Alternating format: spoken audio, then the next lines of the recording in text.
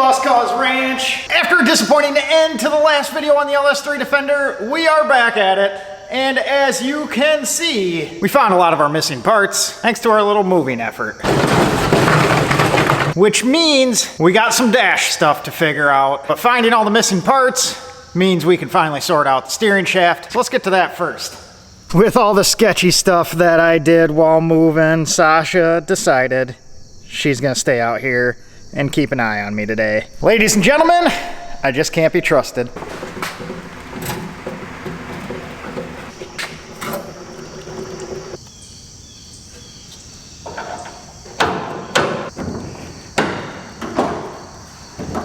So now that the steering shaft is in there and looking proper, I'd like to get the master cylinder back in place, which means this clamp has to go, which in turn means we need the lower steering column bracket. We have the capabilities, so let's fab one up. So there's our cardboard template. This will just unfold like that. We'll trace it onto some steel, but we'll use that box and pan brake to make this all happen. Should work. I mean, it's not going to work in cardboard because it'd be a little flimsy, but out of steel, this should work.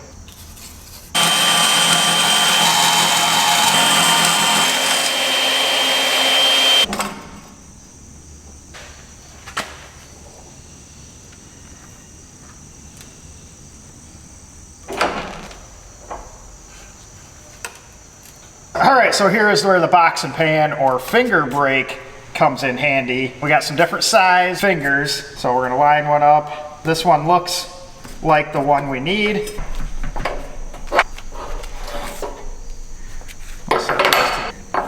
So now we're able to bend this piece while having the other ears bent into place. We wouldn't be able to do that if it was solid. We could flip it this way, but we still couldn't get it the full bend. So this will allow us to do that.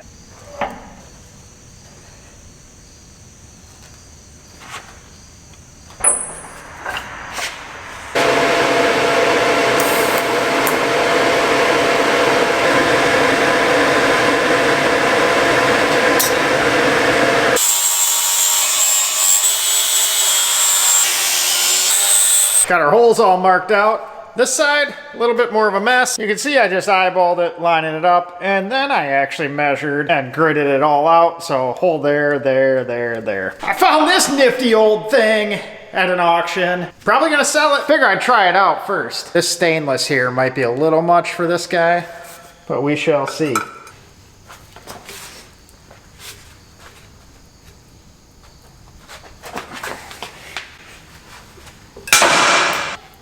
It made it. Well, that's all we can do. It doesn't have enough throat to do the rest of it. But we function tested it. Kind of a neat old thing. Does a nice job punching a hole fairly clean. And there's the little piece that gets punched out. Now we get the fun job of drilling some stainless. So right there is our quick little stainless bracket that we knocked out.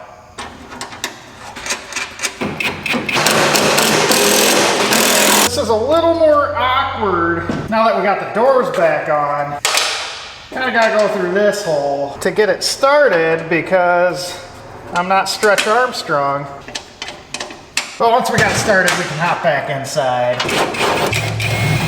That end of things is starting to come together and looking pretty slick in there. Our little bracket looks nice. We got the steering wheel on. We got some maneuverability back in this guy, so that's good. Now that we got caught up from last video, we can move on to all the dash pieces here. We got a variety of stuffed. We got a variety of stuff here in totes and boxes. This is all the original stuff, the right-hand drive dash pieces that came out of this thing early on in the beginning. But what we need to figure out here is we got wiring to go. We have a fuse panel, we have another fuse box, and we have the ECM. We are not using the factory stuff, but we are keeping the factory architecture styling. So we're gonna kind of fit some of this stuff up out to give us some packaging so we can see where we can fit everything. We're gonna have to have HVAC, including air conditioning, that's the AC. I think we're just gonna end up making our own. That is right, we're this far into the project anyways. I do like the styling of the classic Defender dash. But if you guys have been around these things, you know that once you start adding the factory style AC with the vents stuffed on the bottom of the dash, we start cramping up legroom. Now, I am short, so that is definitely not a problem for me, but I'm trying to be considerate of others. So, what I'm thinking is we will make our own dash out of aluminum. It'll be styled after a mix of the TD5 and classic Defender stuff. So I'm just gonna kind of roughly toss some of this right-hand drive stuff in so we have an idea with the space constraints inside. Then we also need to figure out what to do with this guy. Sasha came down to weigh in on the situation as well. So from the factory, where the top dash pad mounts up here, we got these square holes that those little plastic inserts go into where you can thread a screw in. I'm gonna switch those over to some 6mm riv nuts because, like I said, we're gonna be doing a custom dash anyways. So I'd rather have something like this in that place. So while nothing's in the way, we may as well do that.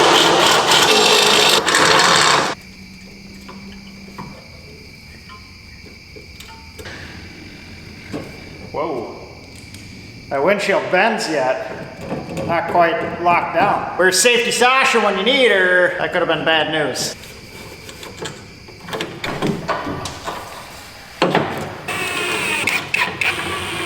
All right, so this obviously is not going to be correct because it is a right-hand drive dash. Steering wheel's on the left. We're gonna chop apart the factory dash. But what we're gonna do is get the upper and lower pieces in place, and that'll give us essentially the box we're working within to make our custom dash while still appearing somewhat factory. It's gonna be one of those things that gives off the Land Rover vibe, but with the Lost Cause Ranch touch. So for our little lower piece here, we just have a few more holes to blow in for some more rib nuts.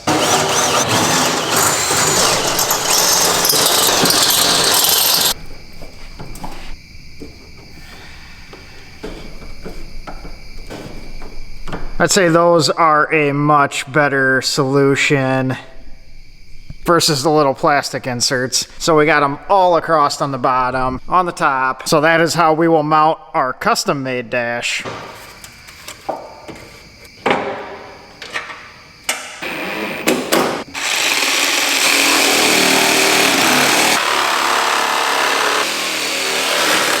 And that's how you convert a right-hand drive dash to a left-hand drive. Don't worry, as you can see, this is what we would call shooched. This was garbage.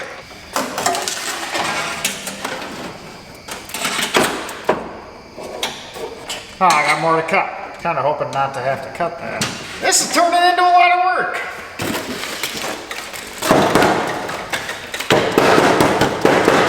We left a little behind.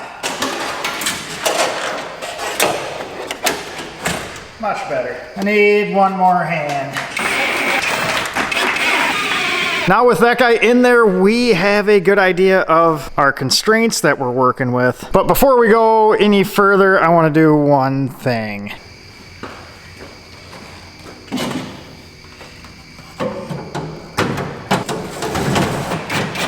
See how much of a contortionist I am.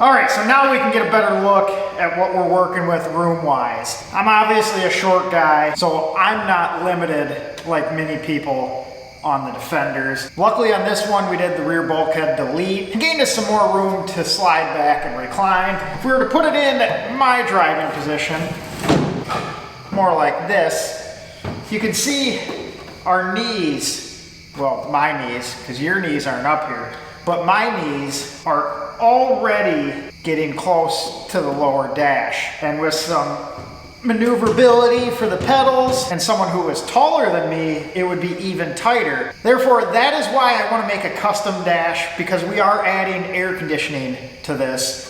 and the lower vents take up quite a bit more room, and that is not room I'm willing to give up. And especially on the passenger side, it bumps out even more.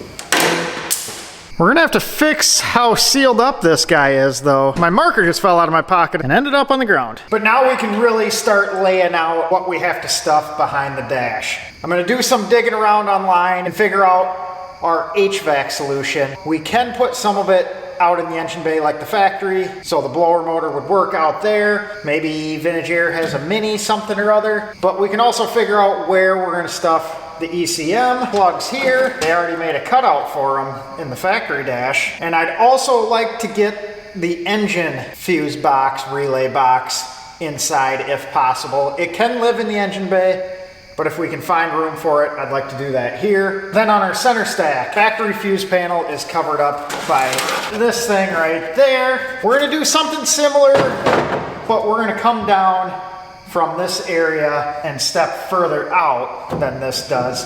And that'll give us plenty of room, making our radio display similar to the TD5 setup. I like the looks of that. So I think that gives us a good start on figuring out what we need to do here. Once we get all the components locked down, mainly the heater core and evaporator is gonna be our big ticket item to figure out. That itself is gonna determine the dash styling. But once we do that, I think we're gonna do something similar to what we did on the C10. And I'm gonna draw it up and test cut it with the laser and some cardboard. We'll have to split that drawing up into 3 chunks. That way we can play around with fitment, and then we will zip that stuff off to the laser. Then we can bring it back here and bend it up. It's liable to change, but in my head, I'm picturing a dashboard with a mixture of body colored paint and partially wrapped in the same leather as the seating. So we definitely have some work ahead of us, but we're getting there. I mean, how do you beat that? It's starting to look like a vehicle again. But either way, appreciate you guys watching. Appreciate you subscribing. This was a fun one to see. I'm taking this with me.